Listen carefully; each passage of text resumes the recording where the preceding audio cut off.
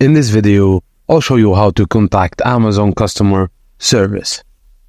Firstly, visit customer service page, which is the fastest way to resolve any issues with your Amazon order or account, is through Amazon customer service page.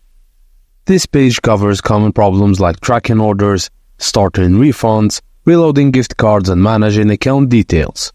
Scroll to other topics and help sites for help with special services like Amazon Wedding, or Baby Registry. 2. Call Amazon customer service. Amazon's customer service phone number is 1-888-280-4331, available 24/7.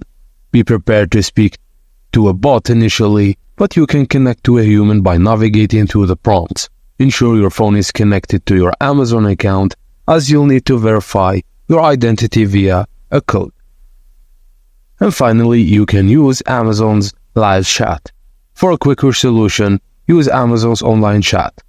Go to the customer service page and click help with something else. And then something else again. Select I need more help. When the automated bot appears, type talk to a representative until you are given options to either chat with an associate now or request a phone call. And that's it, guys. Thank you for watching, and please don't forget to like and subscribe for more.